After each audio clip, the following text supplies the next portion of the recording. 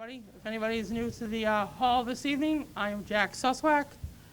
First off, I'd like to thank all of you for coming to tonight's mayoral debate between incumbent Judy Kennedy and her challenger, Council President Tim Phelan.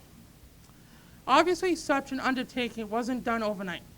And so before we begin, I'd like to thank a few people who worked tirelessly to help make this event happen. Lou Markakis, who's sitting over there, Jordan Avery, Jay Anderson on the sound, Mary Ellen Palermo, David Riley, Sean Leonard, of course, our moderator, and everyone at the Knights of Columbus Valladolid Council number 70, and all of our fine sponsors, which include Ralph Sevenar, who is of our Wayne Alarm Systems. Ralph's always been there for us to help good civic causes in the community, and it's a great company.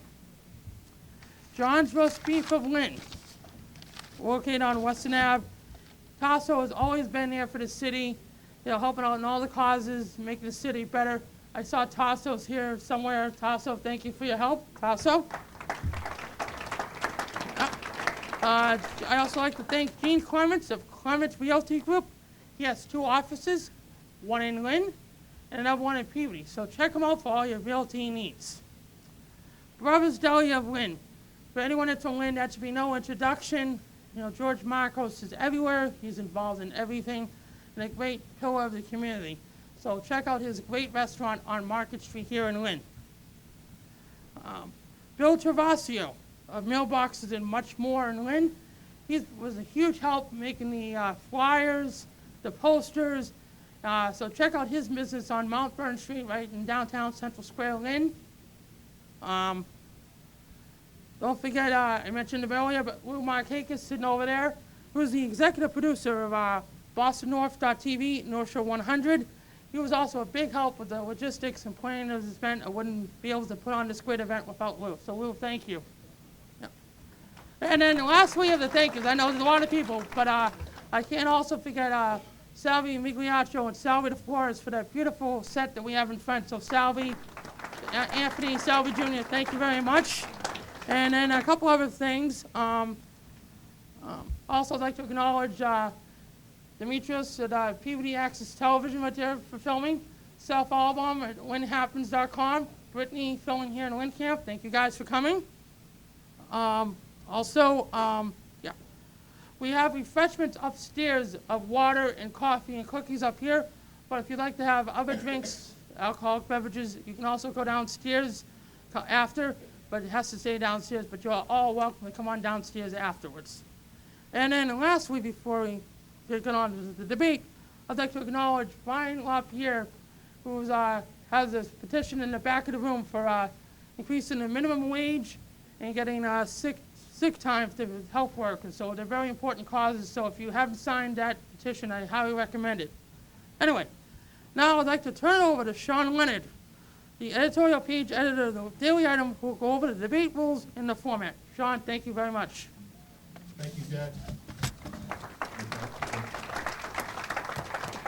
Thank you, Mayor Kennedy and Councilor Phelan for being here tonight. I just want to reiterate something I mentioned earlier. The Daily Item really did not sponsor this. My role was to come up with some questions that are fair and just designed to maybe have you both explain your positions and again, I'm impartial, that's why I'm here tonight. If I go over the format, I have about 10 questions, and you'll each have 2 minutes to respond. And if you want to rebut, you'll have like a minute to rebut what the other says. We'll alternate who answers each question. George Avery here will keep you the time on that. You can use your time wherever you'd like. If you'd like to read Green Eggs and Ham, you certainly can. And we'll try to get rid of everybody out before the federal government closes in 2 hours. So, with that, I believe, was it Councilor Phelan who won the coin toss for the opening statement? So, Councilor Phelan, you have the first opportunity to explain why the voters should elect you mayor. Thank you.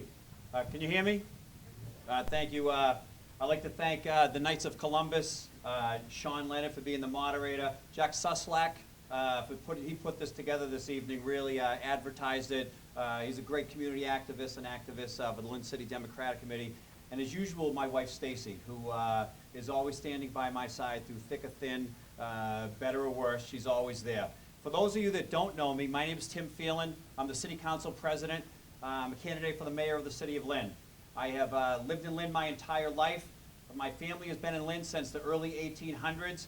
I went to Christ Child Nursery on Federal Street, Brickett Elementary School, Easton Junior High School, Lynn English High School. My 8 brothers and sisters all followed that same track. My father and my grandfather both graduated from Lynn English High School. I am a practicing attorney. For the past 22 years, I've been elected official in the City of Lynn. I have been involved probably 25 to 30 different community organizations, volunteer organizations, civic groups throughout the city, from coaching to crime watches to everything imaginable, because I love the City of Lynn. You know, I mentioned that my family has been in the city since the early 1800s, and it's something that I'm very proud of. I have a large family, and a large portion of my family, you know, still resides in the City of Lynn. They raise their families here, they teach here, they go to school here, they go to church here, they play sports here. It's part of who we are and what we love is the City of Lynn. And I know, growing up, I know what it was like as a young kid to struggle with student loans. I know what it's like now to have children that you worry when they walk outside for their safety as teenagers. I know what it's like now to have college facing me, square in the face, wondering how I'm going to pay for it. I know what it's like to be knocked down. I've been knocked down recently. Okay. I've been knocked down recently. I've been kicked when I'm down. But being from Lynn, I'm a fighter. And I get back up, pull myself back up, and I'm going to articulate my vision tonight. I'm going to continue to fight for the City of Lynn, and that's what we're going to talk about, because this election is not about the past, it's about the future. Thank you. Thank you, Councilor Phelan. Councilor, I mentioned that after my questions, there'll be time for you to ask a couple of questions to each other. Mayor Kennedy, now's your opportunity for your opening statement. Okay, I'd first of all like to thank you, Sean, Jack Suslak, the Knights of Columbus, and all of the sponsors of tonight's debate. I'll give you a quick rundown of my life, which is going to sound pretty much like the West Lynn counterpart of Councilor Phelan's life, because I did grow up in West Lynn. I graduated from Lynn Classical High School. From there I went to Tufts University, where I graduated magna cum laude and went to the University of Pennsylvania Law School, from where I received my JD degree. I'm still a licensed lawyer. I practiced law for about 14 years. Left my firm in Braintree to raise my children. Spent 3 years on the city, 3 terms on the school committee, 5 terms on the city council as a councilor at large before I became mayor in 2009. I think the hallmarks of my administration have been and can be summarized as follows. First of all, I've shown fiscal responsibility. We've had balanced budgets. At one point, our free cash was $16.5 million. That's up from $350,000 that was given to me when I took office. Our bond rating has increased from a Baa1 to an A with a stable outlook since I've taken office. Our tax rates have been stable, and in fact, for single-family homeowners saw a decrease in their tax bills this year. I said at the beginning that I was going to put an emphasis on public safety. I have done that. When I took office, both of the police and the fire department had 160-something sworn personnel. At this time, both of those departments are close to 190 personnel. That has resulted in a decrease in gang activity, keeping our fire stations open and our pieces in service, such as Ladder 4, which had been out of service for quite some time before I took office. And I would also think that I would be known for my fairness. I've put contracts out to bid, such as the insurance and the snow plowing. I instituted a lottery system for summer jobs, so it wasn't just given to people who happen to have a connection in City Hall. And I have made the representation on boards and committees diverse so as to reflect the population of the City of Lynn. I think I've done a good job, and I would like to continue as your mayor for the next 4 years. Thank you.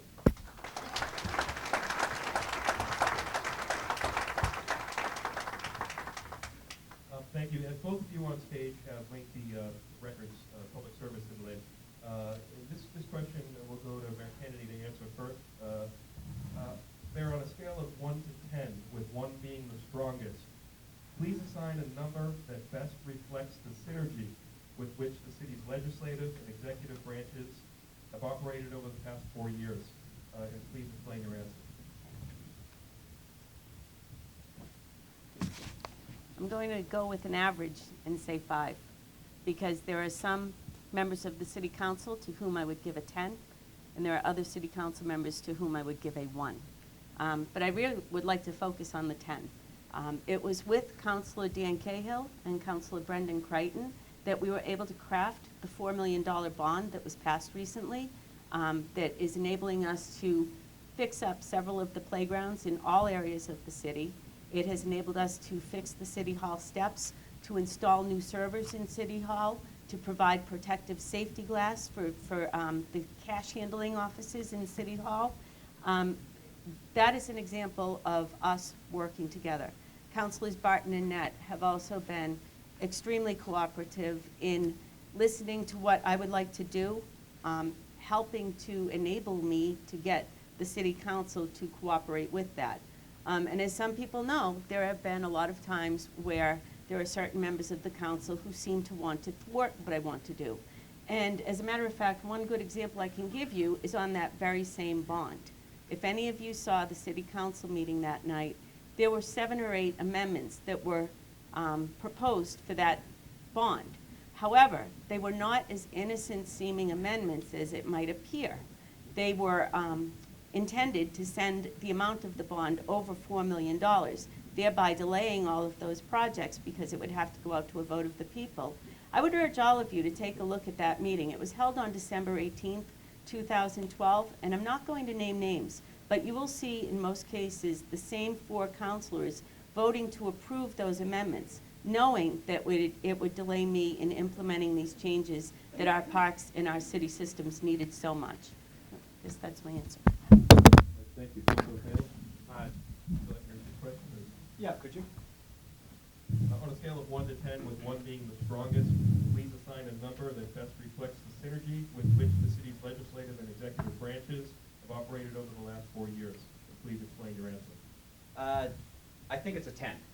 I really do. I think that the communication between the city council and the mayor's office is a disgrace to the city of Lynn. I will talk to multiple councilors that will call to try to get an appointment in the mayor's office, and they'll get an appointment 3 weeks out.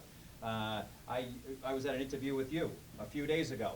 You asked me in the interview, do you think the mayor will call you on this issue? And I said, the mayor hasn't called me in 2 years. We talk about the bond issue. There was a lot of discussion about the bond issue, and there were some very good things. And what happens with the legislative body is everybody wanted to approve the bond. However, everybody had things that they wanted to have a priority. I don't necessarily think that it's a bad thing to have the voters approve certain things on a bond. People don't always agree. Now, it's being presented that that's a bad thing. Oh, they wanted to put it up over the $4 million so the voters could decide. To me, is there anything wrong with that? Things like asbestos removal from the fire department, firehouses, a wide range of different things. But that bond passed 11-0. Then that was a city council bond.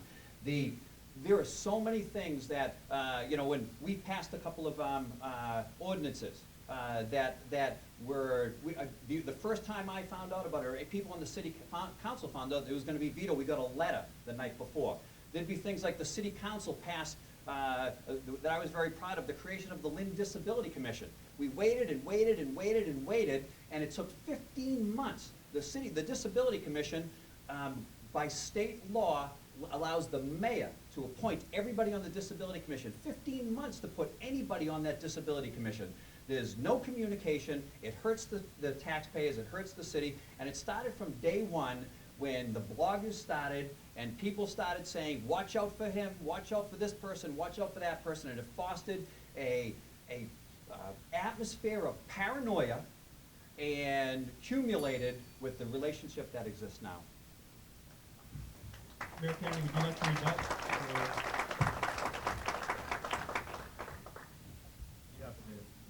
I'm not even going to take a whole minute. I would just say, watch that. It's available through LynnCAM. You can get a copy of the DVD, December 18th, 2012.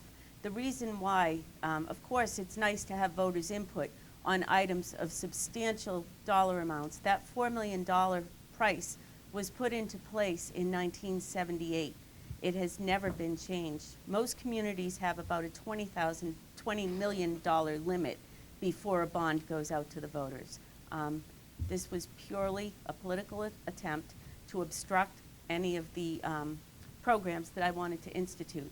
And furthermore, all of the councilors had phone calls and emails asking them what they would like to see included in the bond before it was included. So that 11th hour ploy that took place on December 18th was nothing more than that. It was an attempt to thwart me from getting more accomplishments and more things done in the city of Lynn. That's all. Councilor Phelan, would you like to rebut? Sure. You have a minute. Yeah. With all due respect, I don't ever recall that being the mayor's bond. That was initiated by 2 city councilors, and that was negotiated, and people in their ward councilors fighting for different things in their ward behind the scenes so that they could get things for their individual wards. There was a delay in this. There was no 11th hour anything going on, and I don't recall ever receiving a phone call, ever receiving an email, ever receiving any communication from the mayor's office. And it is a poor way to lead the city from, and it prevents us from additional accomplishment. Thank you. Moving on, Councilor Phelan, this question will go to you first. Using now a traditional letter grade scale, A, B, C, D, or F, please grade the ease with which medium and large businesses can open or relocate to Lynn. Cite examples of what the city has done right to expand the tax base and what can be done better. Sure. Thank you. Good things. There are some good things and bad things. Good things, Demici's Bakery, Kettle Cuisine, both the city council passed tax incentive financing agreements as an incentive to get them to come in. Special permits for Rossetti's Bakery. But at the same time that's happening, we're losing Lynn Lumber, Johnny's Food Master Building is vacant, Blockbuster Video is vacant, Tello's is vacant, Boston Street is becoming desolate. If we want to do something, we have to do something different. I am going to propose a comprehensive economic plan. The first thing is what we're going to call Invest Lynn. It's different thinking. The city of Lynn has when businesses want to come to Lynn, how do you get them here? The biggest problem they have is access to capital, access to money if you want to bring them into Lynn. How do they get money? Well, the best thing to do if you want them to come to Lynn, our $266 million budget just goes to a bank. What we should do is take that $266 million, put it out to bid to a depository. Who wants our money? Who wants to put it in a bank? Put an RFP out there to get an increased percentage on a return and a mandate in the RFP that if a Lynn business wants to invest in Lynn and take out a loan with them, that they will give them reduced rates. It will bring people and businesses to the city of Lynn. You take that, on top of that, you have to tie that into jobs. What you do is you morph the tax incremental financing agreements, so when people are actually putting money into their businesses to get a reduced tax rate, you mandate not only preferential hiring of Lynn residents, you mandate it to get those tax cuts. So what you're doing is you're giving them access to low-level loans, funds to come in the city of Lynn on available funds that we have, and you're creating jobs at the same time, because that's what we need in the city of Lynn, are jobs and businesses. And it's great when everyone says we're going to try to bring new businesses in, and everybody says all these different things, but whatever we're doing now is not working. Mayor, would you like to Sure. repeat the question? No, another question. I'd give it a B, and there's a lot of different parts that go into this answer.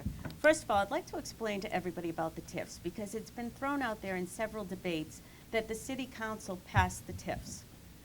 But what's missing here is giving you a visual of what TIFs are. TIFs are like icing on the cake. The mayor and the Economic Development Office has to bake a cake before there is anything to ice.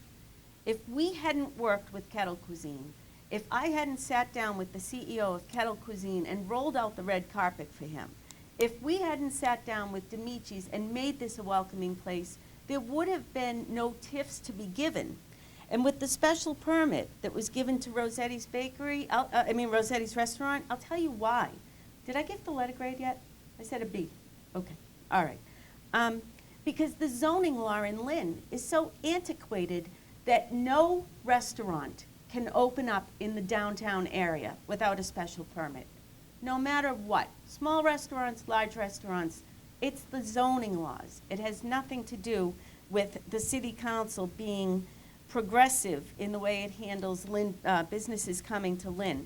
One of the businesses that Councilor Phelan failed to mention that's quite obvious is the GE property now is going to have a market basket on it. And I have explained in previous debates that the person who was awarded the right to buy that property has, although Councilor Phelan will say he's sat down with him for 4.5 years, the truth of the matter is that I sat down with the GE officials from Albany, New York, to meet with them and put down the roadmap for how that land was going to be put out to a request for proposals and eventually sold. And back in September of 2012, GE did in fact produce a marketing brochure to get what eventually became Charlie Patzios in Market Basket. Just one more thing, EDIC does small business loans, and I disagree with the concept of linkage, and I'll explain that hopefully more throughout the debate. Councilor Phelan, would you like to rebut? Sure. 1 minute. I think that the mayor of the city of Lynn, in 4 years, should attend more than one EDIC board meeting. And the first EDIC board meeting that was attended was last week, when the mayor walked in with a piece of paper, unannounced, and said, "This is what I want to do at the Gannon," left it, looked it over, they tabled it, and she left. That is not what I say is leadership for business development in the city of Lynn. Hold your applause, please. The Market Basket site. If you'll go and listen to the debate, what I said is Charlie Patzios had been working on that for 4.5 years. The reason that GE hadn't had that property put out to bid is because they're working on what's called an AUL, acceptable use limitation. Because there's so much chemical and environmental issues there. Finish your point. That they have to allow certain gases to leave, they have to check the different spots to make that marketable within the federal law. It's disingenuous to think that anybody walked in there and held $1 billion corporation and said, "Sell this property," and they said, I'm gonna "Okay." cut you off there. Mayor Kennedy, you have 1 minute and 15 seconds to rebut if you'd like. I don't think I'm going to need that much time. I generally don't attend the EDIC board meetings because I appoint all but one of the representatives on the EDIC board, and I meet with both the executive director of the EDIC as well as the head of the board of the EDIC on a regular basis. But I would think it is equally important for a councilor at large to have attended at least one EDIC meeting during his tenure. And in the 18 years that Councilor Phelan has been a councilor at large, he has not attended one EDIC board meeting, and he does not have the benefit of having appointees on the board the way I do.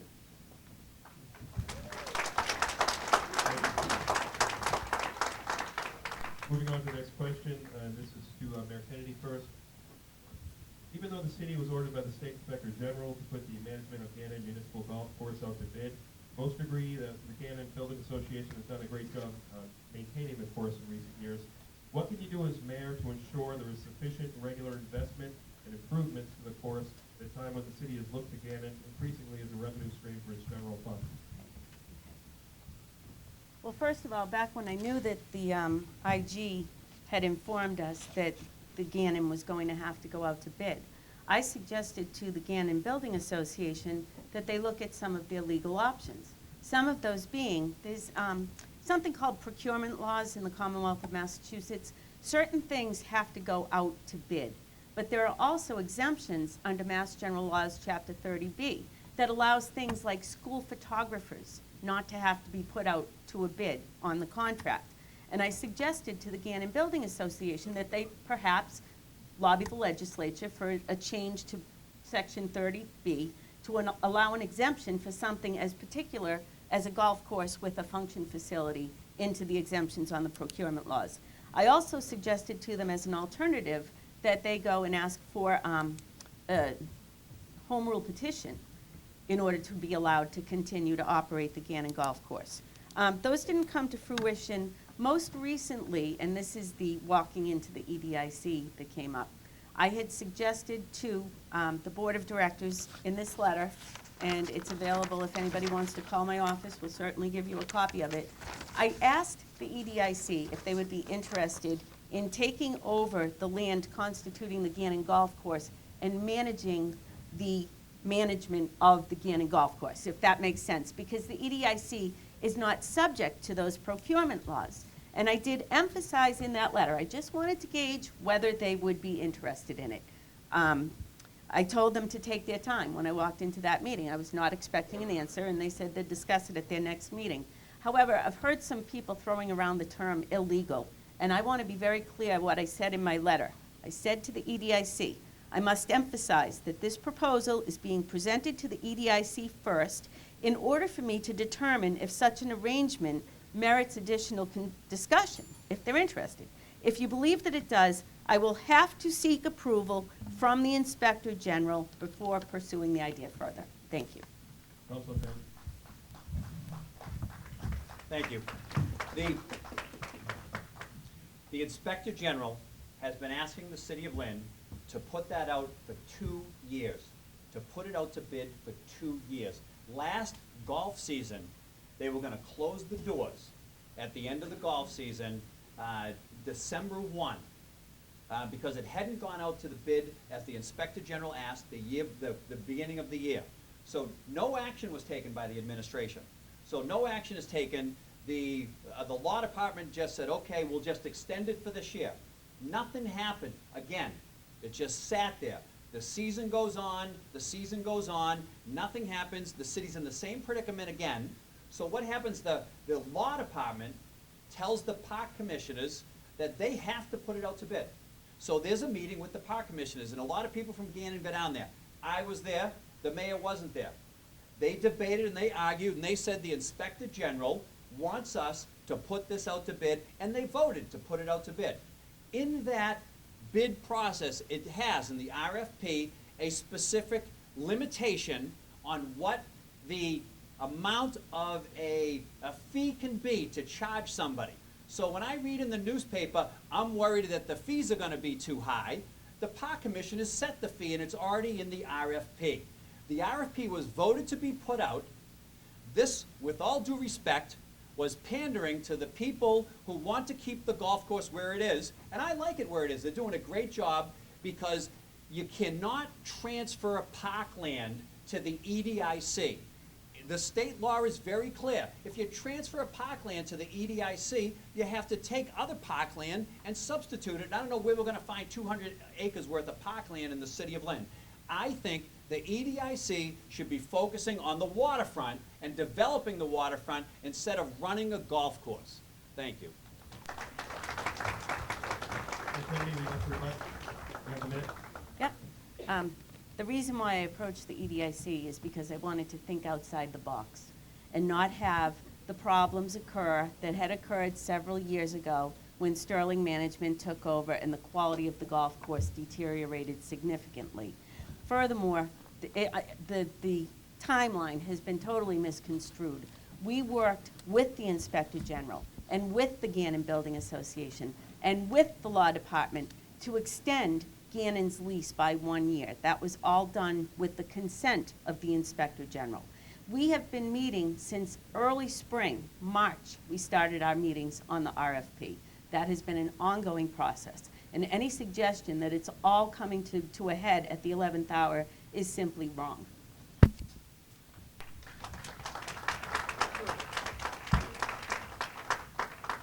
Okay, we'll move on to the next question, and this will go to Councilor Phelan first. Are there any administrative positions in City Hall, positions, not personalities, that might be added or eliminated to maximize efficiency and savings in city government? And as part of that, is it time to abolish the Chief Financial Officer position, given the role of the Treasurer and Controller? Could you say the question again? Sure. Should there be any restructuring at City Hall with regards to administration of any key positions added or eliminated for efficiency? And could you also comment on whether it's time to look into revising the charter or requesting the state permission to abolish the chief financial officer? Sure. I do think it's worthy of it's worthy of merit. The chief financial officer is when that was created, he was supposed to be the technology person. Technology today is different than technology it was back in I may be wrong on this 1985 when that was created and part of the bailout. I don't think that the CFO should be in charge of technology. So I think that is worthy of some type of home rule petition. I've always thought that things should be streamlined and consolidated. A couple of years ago, we consolidated the election department. A few years ago, the election department and the clerk's office. It's a lot of work, but it does seem to be running more efficiently. I think that we need to address things in the parking department as well. I think we can run more efficiently in the parking department.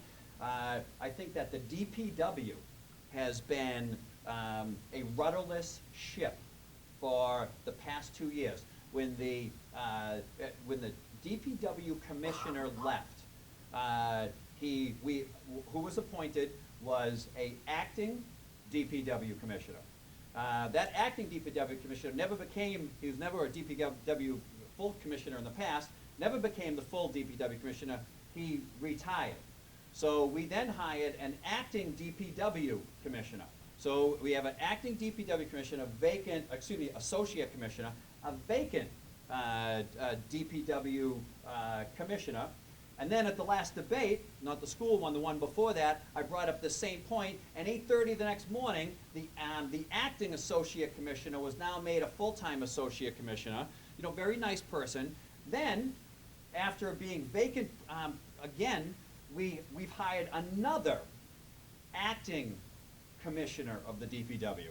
So we have an associate commissioner also that's there officially, but he's retired and taking time off. So since the DPW commissioner left, we've had 2 acting commissioners, an acting associate commissioner, and an associate commissioner that's been retired, and the people are complaining about it in the city of Lynn. It's not a good way to govern. Mayor Kennedy?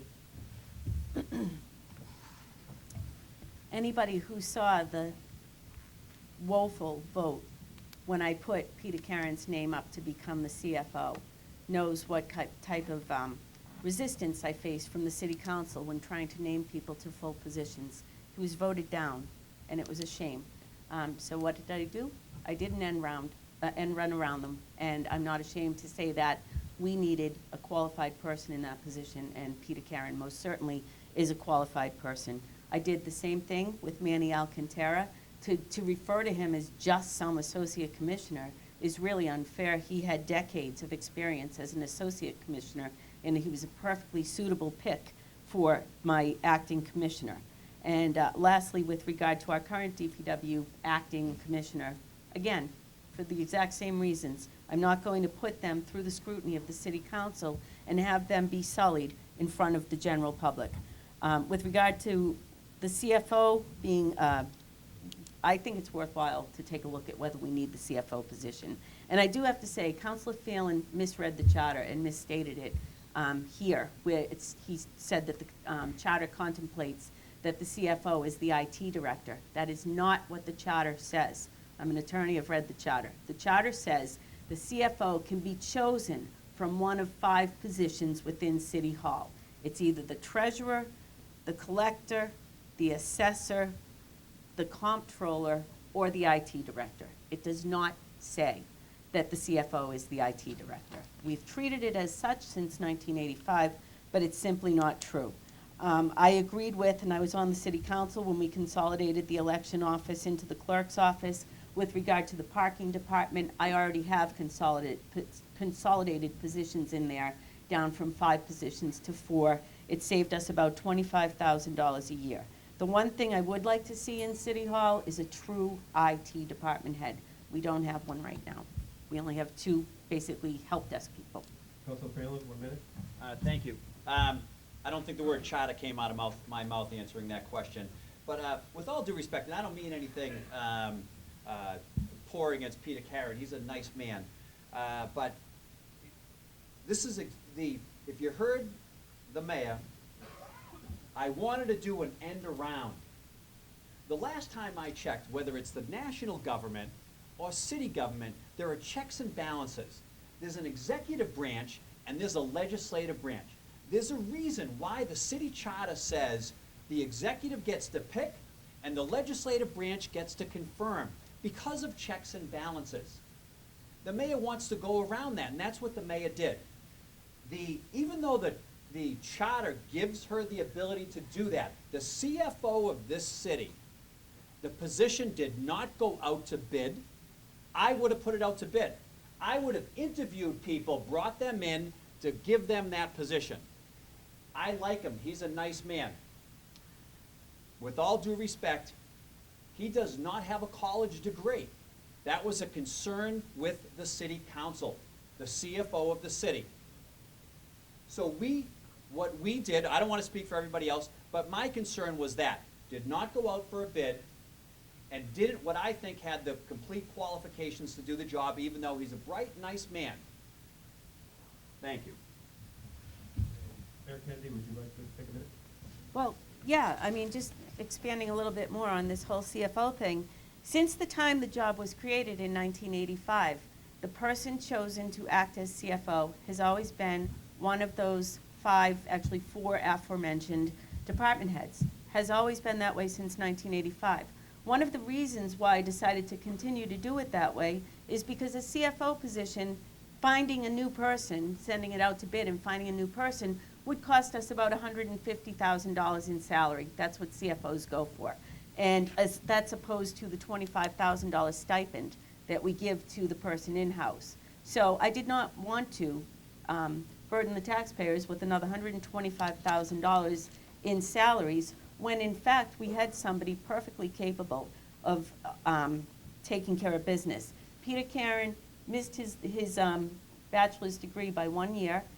He has 30 years of experience. He is held in very high regard by the City of Salem, City of Beverly, and of course the City of Lynn, and he is completely qualified. And to deny somebody a job because of whether or not they have a college degree is simply not what's best for the City of Lynn.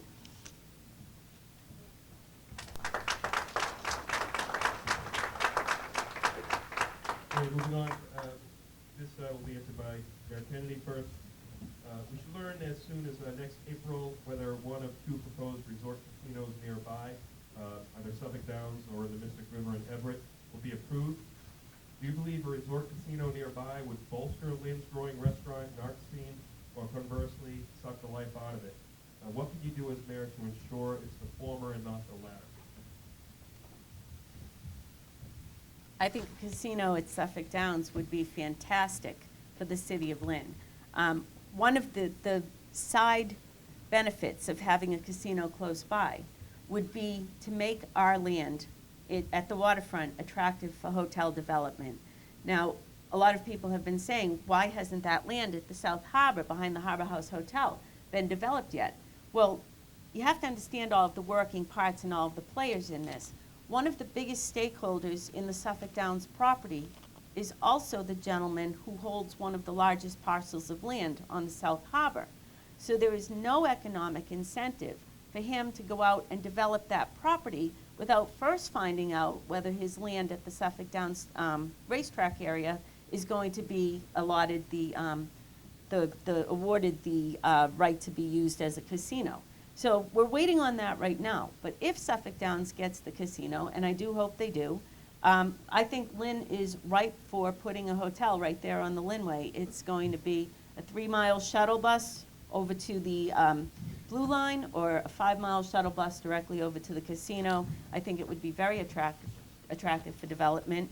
Furthermore, I have to thank the state delegation. They have been working to put a proviso into some of the legislation concerning the casino that would limit the size of a performing arts center over at the casino in order to protect our Lynn City Hall auditorium and allow us to continue to attract the quality acts and the number of acts that we've been able to do.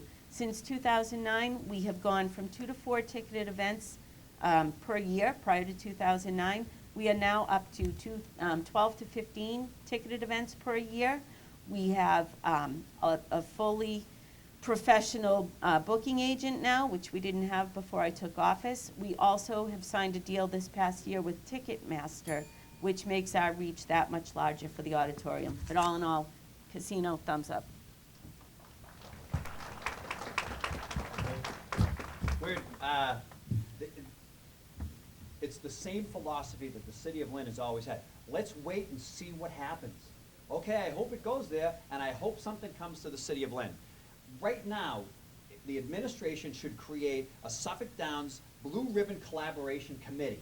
They should be working right now with Chip Tuttle of Suffolk Downs to see what we can do as a city to position ourselves, to get us. There are going to be millions of dollars of goods and services if that goes there. We should be fighting and trying to get that to go there now. And we should be in a position where once it's there, not like everybody else, hey, let's jump in. How is it going to benefit the city of Lynn? That communication and those committees should be formed now so that we're not behind the 8 ball once it does go there. We need to try to get it there now. It's archaic thinking. Hey, I hope it happens. You know, the owner of the other parcel of property down on the Lynnway that abuts Joe O'Donnell, who owns Suffolk Downs, has been talking to Joe O'Donnell frequently. He tells me that his phone calls to the administration in Lynn go unreturned. And he's very frustrated with that. And I get very frustrated when I hear, you know, my opponent touting the City Hall auditorium. I love the City Hall auditorium. I was on the City Council when we renovated the City Hall auditorium. I was on the City Council when the funds came in from grants to do it all over. With all due respect, the mayor wasn't even on the City Council at the time. The former administration put that place on the map. The first show was October 1 of 2006, was the Boston Pops, and it was a great, fantastic show, and has been taken off ever since. We've been doing shows there for 8 years. 8 years. You know, and anybody in the city knows it's a good thing. Any mayor would try to continue that, and it's disingenuous to stand here and try to take credit for the creation and the improvements of Lynn City Hall Auditorium.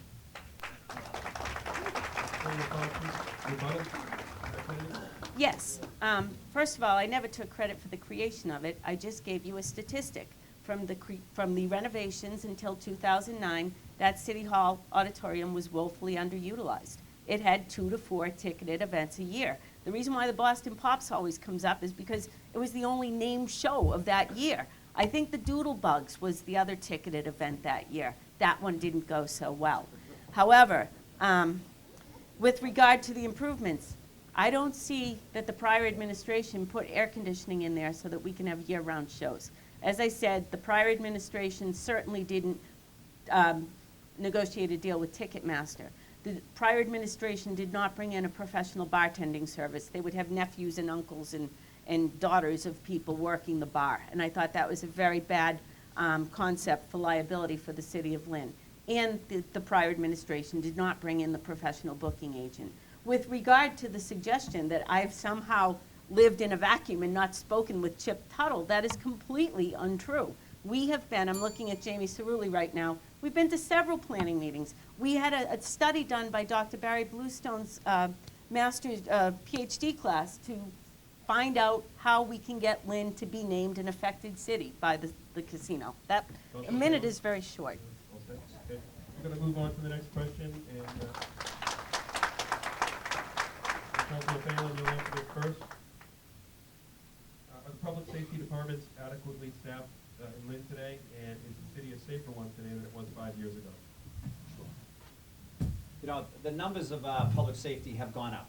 They're not up where they should be. Everybody wants public safety. But I think we have to look at public safety from a different perspective. Numbers over the years have always gone up, have always gone down. You know, I constantly hear, and I think it's a great thing that the numbers are up. The fire department, 50 new people have been hired. The number might be on or off, but that's not a 50-person net gain. Approximately half of those are by attrition. What we have to look at, a vast majority of the people that have been hired, the non-attrition people, are done through different types of grants. And those grants have a shelf life. After 3 years, and they come in at different times, the city has to actually pick up those costs. So is there a long-range plan so that we don't have to hire these young guys coming in and then all of a sudden face a fiscal crisis where we have to pick everybody up? You have to have a long-range financial plan. But when you're talking about public safety, you can no longer talk just about numbers. We can pull out statistics and see heroin overdoses are up, murders down, rapes up, and they change every single year, and it's the same thing. We have more police on the street, less police on the street. What you have to do, if you want crime to go down systemically and over a long period of time, you have to educate children. You have to increase public education, accessibility, and availability at a younger age. All the statistics show when you start giving education to 3- and 4-year-olds, the long-range crime impacts are down, and you have to give young people jobs. You have to develop economic plans and strategies so that people aren't out committing crimes. You know, that's what you want to do. If you want to fix a city long-term, you have to focus it more than only putting police on the street, even though that's very important. Thank you.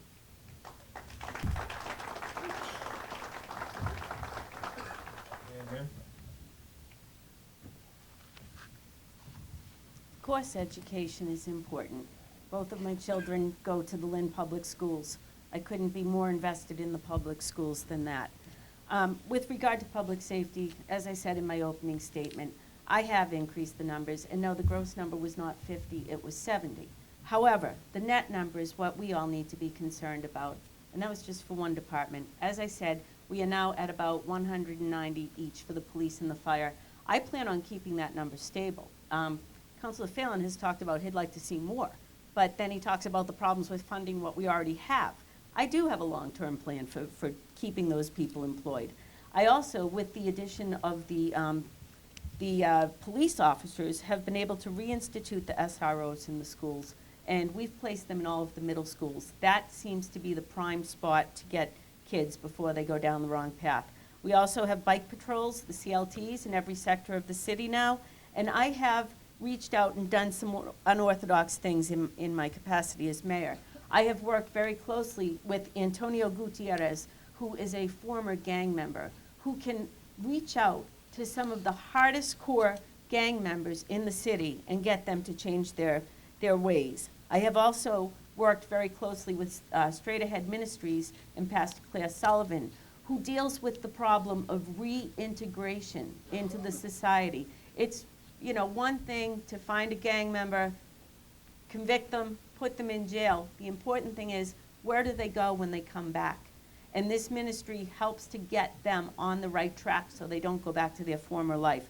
And lastly, I believe I am the first mayor ever to actually go to Middleton Jail and sit down with a bunch of gang members and find out what makes them tick. I'm not saying I'm a psychologist or anything like that, but sometimes just listening and asking the question, why, can be enormously informative. So I think just by the rates of crime in the city and the number of gang members in the city, I've done a good job effectively with public safety.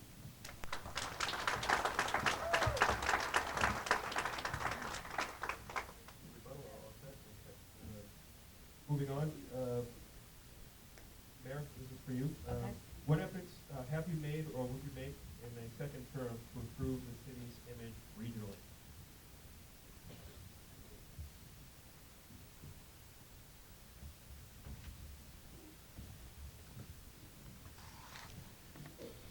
Well, with regard to what I have done, we wanted to make better use of what we have here in Lynn.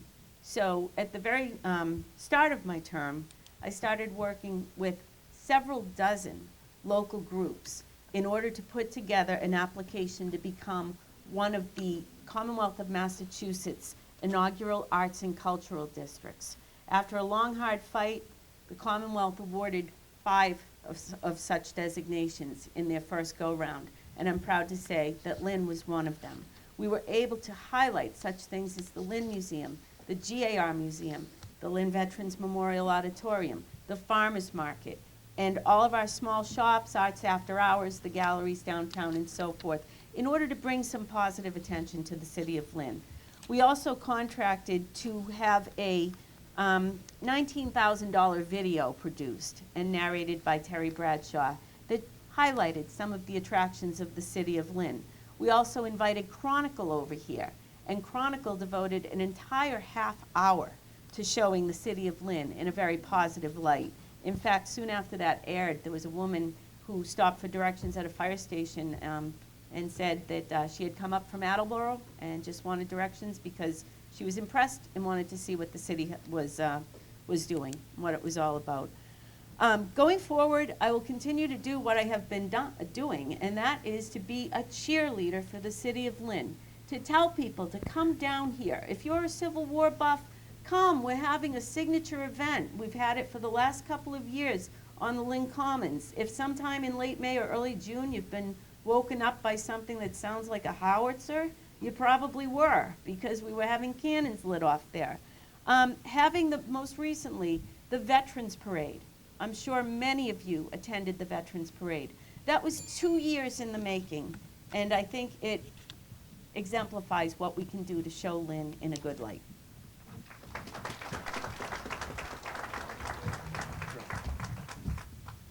You know, I think it's great to cheerlead for the city. Pretty much every elected official and candidate, I think, cheerleads for the city. However, what we really need to do is improve the image of the city. And that starts in the mayor's office. That starts with going places on time. That starts with being the leader of the city. That starts with, you know, I hear about the Lynn Commons. People don't like to hear the negative. I think the Lynn Commons are a disgrace. I think they're a disgrace. The city council bonded money to fix the bandstand and the other structure. But who here has walked down the Lynn Commons lately? Probably not too many. You know, I walked down there. I've walked in the Boston Commons, shrubbery, trees. You know, it's gorgeous. We've neglected it over a period of time. If we want to improve our image, you know, it's not about videos. It's about improving the infrastructure of the city really for a long period of time. You know, I know that this is, you know, borderline blasphemy, but when you get right down to it, it's a needed service in the city of Lynn, the shelter in my brother's table. I'm an advocate. We need that service. But the location of the shelter in my brother's table is not the best location for the improvement of downtown. We have to find a better location. We have to find a location that will provide better services for the shelter in my brother's table that'll improve downtown. Quincy Market Faneuil Hall does not have the Pine Street Inn right next to it when they're trying to attract people. Where can we put it where they can get better services, where there's good access, but at the same time we can develop what we're looking to do in downtown? And people are afraid to talk about it. I compare downtown Lynn and I look at downtown Salem, and people get mad at me when I say, downtown Salem's happening. You know, why can't we be like downtown Salem? Development people don't want to hear it. We should find out what they're doing right. They have outdoor cafes. They have a lot of things that we could have. Sorry. Do you have a rebuttal, Mayor Kennedy? Yes.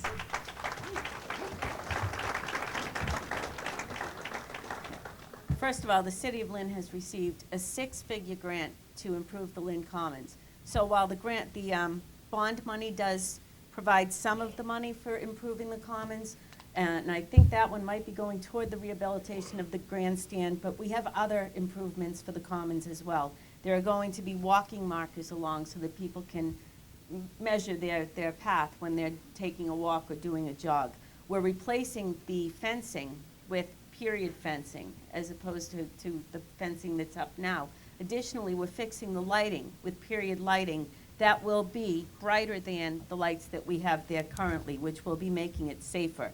And with regard to my brother's table and the shelter as well, the overnight shelter, they are in a building called the Multi-Service Center. If we're gonna blame anybody for the location of that, we have to blame our predecessors because they bought that property from the federal government, a HUD property. And that property must be used for homeless services until almost the end of this decade. So we're stuck with that right now. And just for the record, I've been a member of the board of directors of my brother's table in the past. So I truly believe in them. 1 minute rebuttal, Councilor Kennedy. Thank you. That's inaccurate. The lease ends next year in the spring, and the federal restrictions end next year in the spring. So there is an opportunity here if somebody is willing to take a chance, has some guts, and really wants to change the future direction of the city. Thank you. This will be for Mayor Kennedy. I'll answer first. With the Marshall School project's approval, what school or schools do you want next on the list for renovation or replacement? And have any schools in the city been neglected for too long?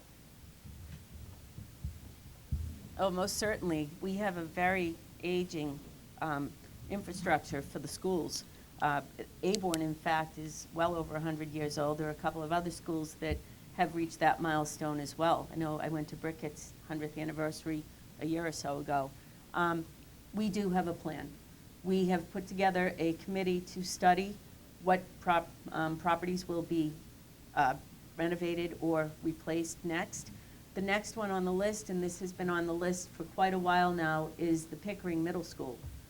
My children both went to Pickering Middle School, and I can tell you that I always thought it had to be amongst the worst in the city until I took a tour of Marshall. So I think that the MSBA got it right, and Kathy Latham got it right in asking that Marshall Middle School be attended to first. But we do have a committee that's going to be headed by Rick Starbird to look at a long-term plan for the replacement of schools. And so far, and I am tending to agree with this, Pickering will be next in the pipeline, followed by Cobbett, followed by Tracy. Those schools are bursting at the seams. They are unsightly. They are being asked to educate far more children than they were designed to educate, and we are going to have to make sure that in the next 20 to 25 years, we have an ongoing system of putting schools in the pipeline as one is coming out. So now with the approval of Marshall having been concluded, we will start to work on the Pickering School. Bill? Thank you.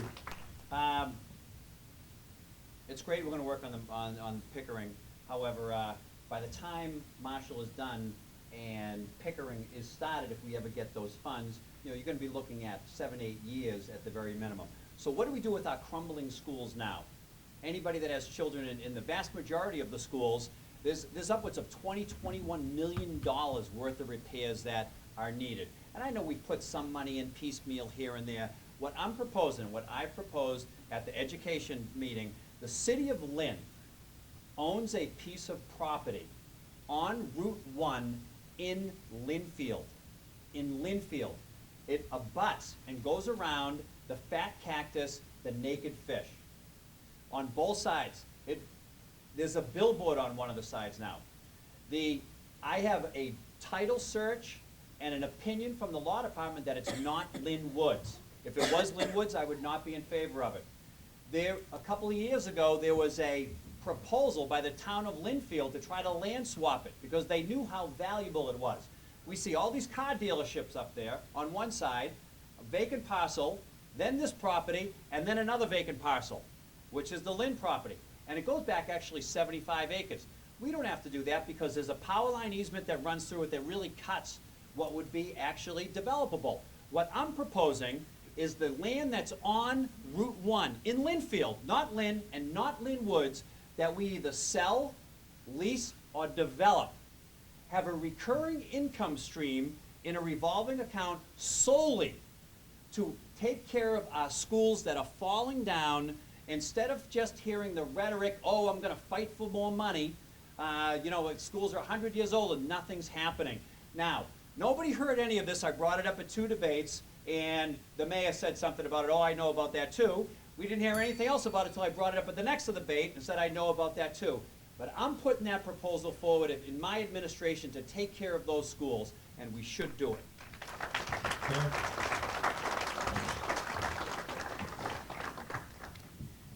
The town manager of Lynnfield came to me a month after I took office and was trying to purchase that land. And the simple answer to that is, why would I sell a parcel of property in a down real estate market? That doesn't make any sense. Thank you. And with regard to the money that I have put into the infrastructure in the schools, there was about $1.7 million budgeted in fiscal year, I think this is for fiscal year 14, but certainly for fiscal year 13, to provide some needed improvements to the infrastructure of the schools, asbestos removal, boiler replacements, facade repointing, and so forth. I put over $1 million into the schools to have safety features enhanced, to have cameras at every school, to improve the external doors so that they weren't easily jarred open, to have internal locks put on the doorways so that the classrooms could isolate themselves in the event of a situation that required everybody to shelter in place. And lastly, $400,000 given from the city to consolidate the school administration building at Bennett Street. Would you like to rebut, Councilor? I would. I just find it interesting that we're looking to develop the waterfront because everything's great and it's hot right now to develop the waterfront, but for whatever reason, the real estate market's down and we can't sell this. Last two debates, when I brought this issue up, first time we're hearing about ever, a meeting 4 years ago with someone from the town of Lynnfield. Right now, all real estate developers will tell you the market is hot, it's taking off, rates are low, and if you're looking to do something, now's the time to do it. This is an opportunity that I became aware of. It's a revenue stream that we've never had before. It's creative, it's innovative thinking. It's not money that we'll have to use for salaries. It'll be something for capital expenditures. So if it runs out or the interest isn't there over a period of time, the estimated value on each acre is $750,000 to $1 million. It is a new revenue stream that the city of Lynn hasn't had, and we can take care of our children. Program that I'd like to put in place. The biggest thing is we have to give new incentives. We have to make people want to come to the city of Lynn and develop. How do you make them want to come? You have to make it financially advantageous for them to come. You have to make it doable for them. You have to make sure that they have access to capital, that they have money available to them through local lending people that they can come to. My proposal, which has never been done before in the city of Lynn or any place that I know, which if we let people take our money, your money, and they hold our money in a bank, which they're making millions of dollars on, that they have to invest back in Lynn. Invest Lynn. Make capital available to developers at a low interest rate so that they will come here and mandate that they come here and not look someplace else. That is innovative thinking. That's different thinking. That's something I've always done on the city council. I've never been afraid to push the envelope. I don't have a mayoral record. I've never been the mayor. But I can be a difference maker because I can bring things like this to the table, attract people, and develop that waterfront. Whatever we're doing now is not working. Thank you. Yeah.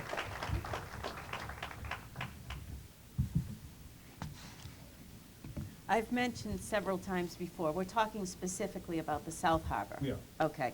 That there are parties that are interested in building a billion with a B dollar project down there. I received an email from them right around the time, probably a couple of days before September 13th, because I had been informed that they were going to be closing on that property on September 13th. This is an international transaction. It involves international banks. There is a language barrier that has to be overcome in all of this as well. In that email, and I don't have it with me, but I remember, I didn't know if this was just a typo or if they had something going on in October, but they said in either late September or early November, they would be coming to meet with me, and they expected to have shovels in the ground by January 2014. It's really difficult to stand up here and not divulge exactly what is going on. I have shown one of your reporters, Thor Jurgensen, the email that I got, so he can understand that I'm not just pulling this out of thin air. It is an international transaction, many different parts between the banks and the analysts who wanted to see if it would be profitable, and the different lawyers on two different sides of an ocean that make it an extremely complicated deal. But if I am to believe their letter, and I have no reason to doubt their letter, they will be coming here during the fall, and they do expect to have shovels in the ground by January of 2014, and I'm hoping that comes to pass. Councilor Rebuttal? Absolutely. The owner of that property, on that deal, I speak to him 5 times a week, every week. He's a good friend of mine, probably for the past 2 years. I met the Korean organization in the mayor's office with the former mayor. That's how long they've been working on this. When he read in the newspaper that, I think the quote was something to the extent that, I'm hopeful that something's gonna happen September 13, attributed to the mayor. He was absolutely furious. He was furious because there was a confidentiality agreement that nothing was supposed to happen. He was furious that that comment in the paper would jeopardize the deal. The deal has since come and gone. You know, they're still moving it, and, you know, I talked to him yesterday, and I don't know where this information is coming from, but that's highly unlikely. Mayor, rebuttal? There was nothing confidential about giving a date. However, there is something breaching the confidentiality when you tell the nationality of the people who are interested in it because they didn't want their identities known.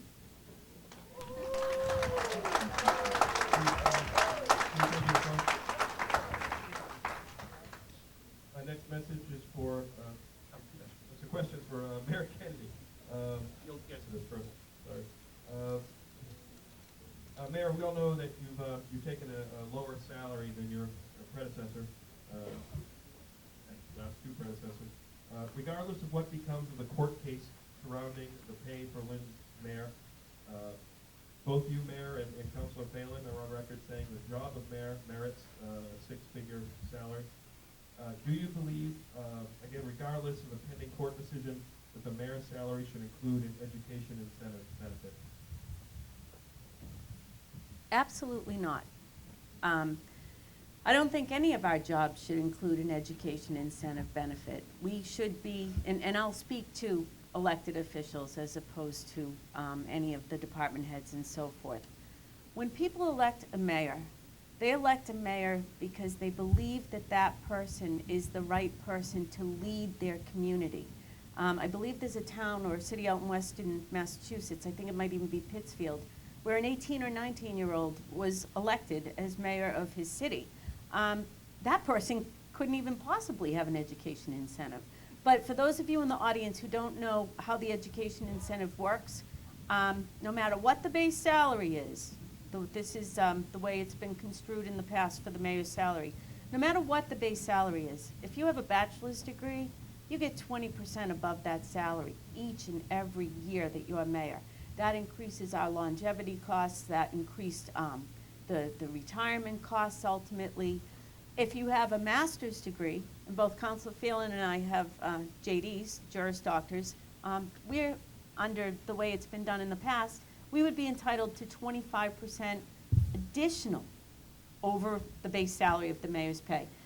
And again, without making it too complicated, through the years, the mayor's base pay has been purported to be raised by various negotiations with local union 3147. I went right back to the rule of the law. $82,500 is my salary. That is what I have taken every year. It's ridiculously low, but that is what it is, and that's what I have taken. On the other hand, Councilor Phelan and the city councilors, I have asked them to show some support for this and to do what the ordinance says, which is to take 15% of what the mayor takes. And they've gone through some fuzzy math. I think that was a phrase from the Al Gore, George Bush era. But they've done some fuzzy math, and they've come up with a salary for themselves that is 18.5 of what I make and not 15. Councilor Phelan? You know, regardless of how somebody says something, how convincing they may be, how often they say something and may sound believable, actions speak louder than words. Integrity is still important in our business. Honesty is still important in our business. Fuzzy math, every single year, the city council's salary of $15,000 or $14,000 is sent to the city council from the mayor. The mayor. She sets the budget. She sends us our salary every single year. It has been the same every single year. All she has to do is cut it. And nobody can do anything about it. That's the power of the mayor's office. So to stand up here and say, the council's doing fuzzy math, council has no say. You can cut it yourself. Just cut it, if that's what you think. Second, the mayor stands up here and talks about, I disagree with the educational incentive. Maybe so, but that's a department head contractual negotiation. The mayor negotiates the contract. In the mayor's term, the mayor renegotiated that contract and left the educational incentive in the contract. So standing up here convincingly telling you, that's wrong, don't do it, but she does it on the other hand. And the council's doing fuzzy math, but she's the one that sets those monies. Actions speak louder than words. Thank you.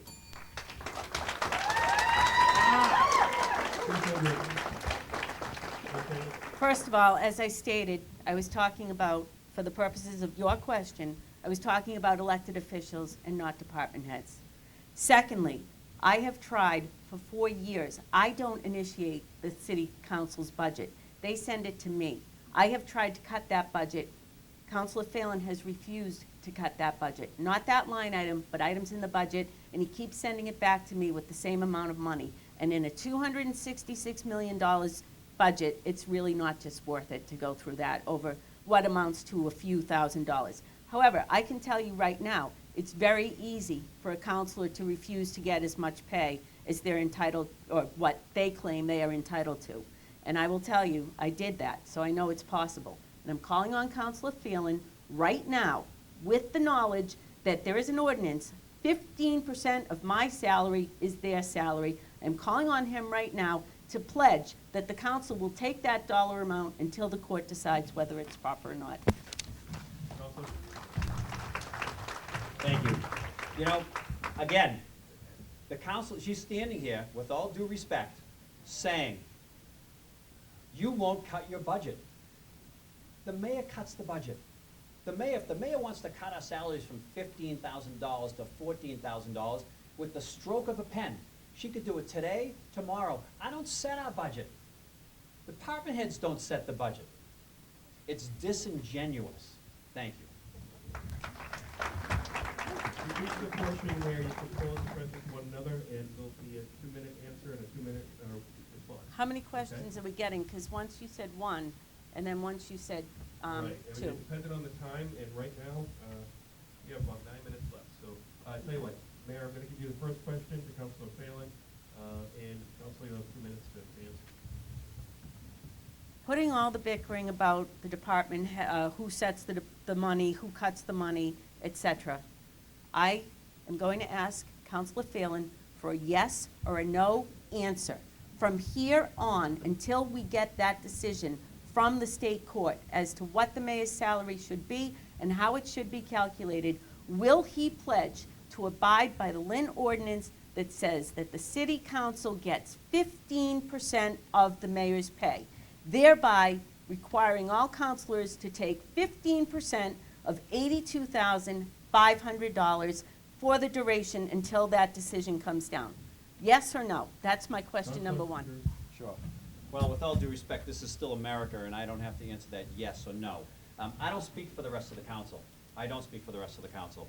And if I speak for myself, and you know, if we want to play political gamesmanship or showmanship, and that is going to make the mayor happy, and that is going to make the mayor think that I'm a man of integrity, you know, because I think integrity is still important here, and I think honesty is still important, I'll take that reduction, even though I think it's a political game and it's a ploy just to sound fine. So I have no problem with that at all. Do you have a quick response at all, Mayor, or move on? Well, he's saying he will, but he's the one that permits the city council to have salaries that are. What? I'm saying, all I'm asking is for the city council president, as the leader of the city council, to have the city council abide by the law as it's written. Councilor? I speak for myself. I speak for myself. I don't cut other people's budgets. Your opportunity to ask the mayor a question. What do you think is potentially the most important issue facing Ward 1 and possibly the entire city over the next 2 to 3 years?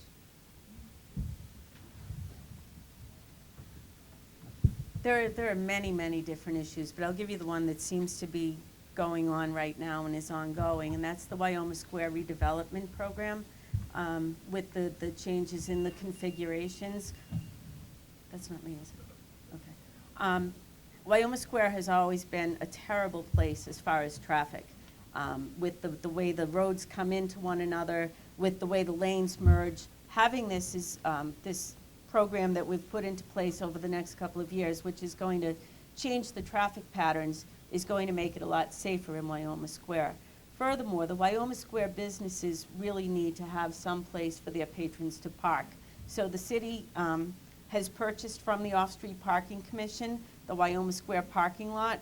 We're going to be doing a major renovation of that. It's going to add additional spaces. It's going to be automated. It's going to keep the patrons of those businesses safe and give them more places to park while they patronize that business.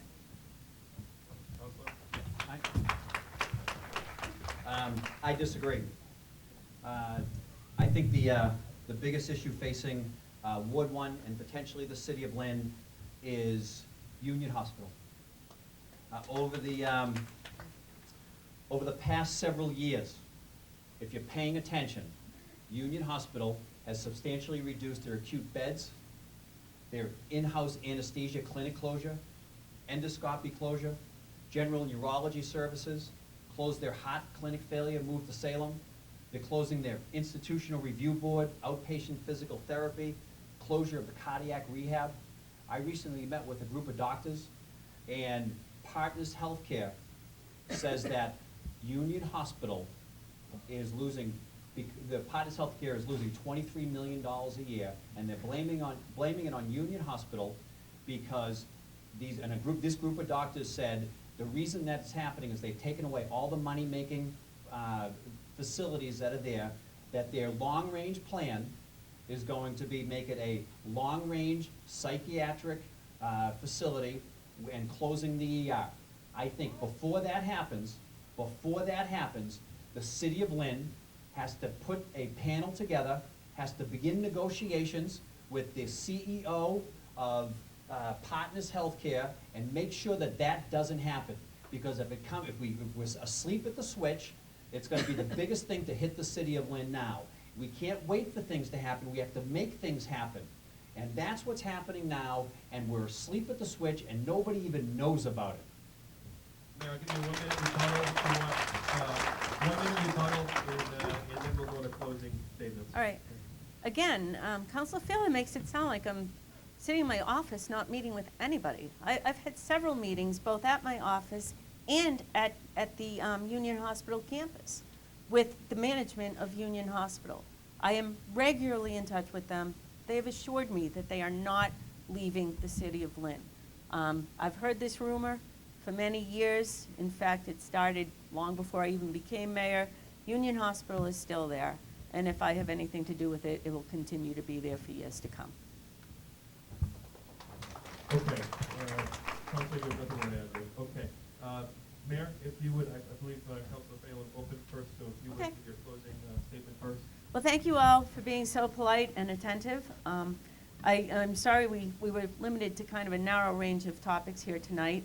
So I think I will just conclude the evening for me by saying that I have led you, and I have led you well over the last 4 years. I have tried to do things differently. I have tried to do things always with the best interest of the city in mind.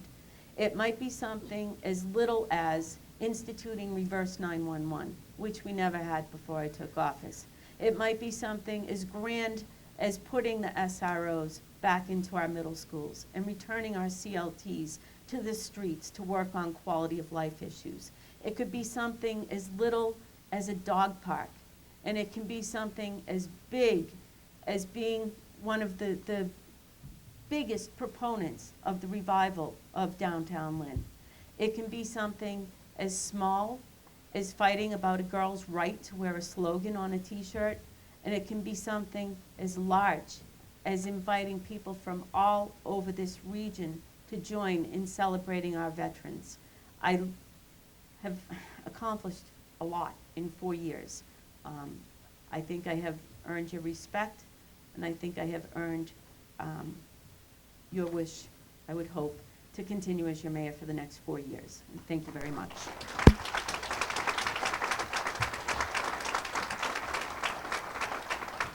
Councilor Finn? Thank you for the opportunity to share my vision. You know, I keep, you know, hearing people in the other campaigns saying, well, taxes haven't gone up in the last 4 years. Well, they have. Commercial taxes, $740, three-family, $533, two-family, $697, and single families up $200. While at the same time, the residential tax rate has gone from $1274 in fiscal year '09 to $1693 today.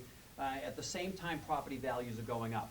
I get frustrated when I look at education, you know, and I hear people on the other side saying, well, we increased the education funding this year from $115 million to $118 million. Except what we're leaving out of the equation is Chapter 70 educational funding increased $7.7 million. $7.7 million, and $3 million went to education. And the other went to the city side. You know, I don't think that's right. I think that's wrong. I'm different. Since the mayor has been in office through the beginning of May of this year, she's either been late or missed almost 20% of the school committee meetings. Gone to one EDIC board meeting in 4 years. By her own admission at one of the most recent debates, she indicated this, she specifically said, I'll be the first to tell you that I don't come in by 9 in the morning. And those are differences between me. My administration will have feeling hours. I'll be there at 7:30 in the morning. If people of the city of Lynn want to meet their mayor, they can walk into City Hall before work and meet their mayor. I'll have roving mayor office, so we'll bring the mayor's office to different parts of the community.